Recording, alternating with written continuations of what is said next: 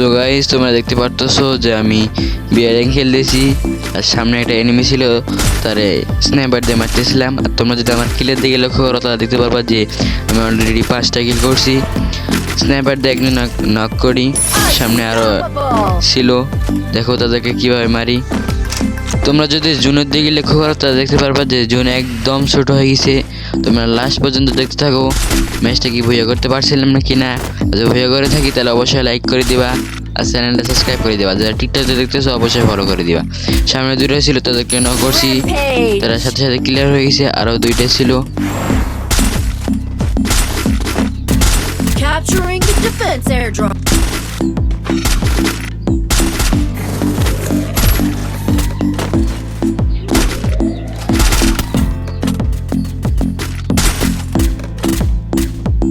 Finally match booyah, সবাই like and subscribe করে দাও।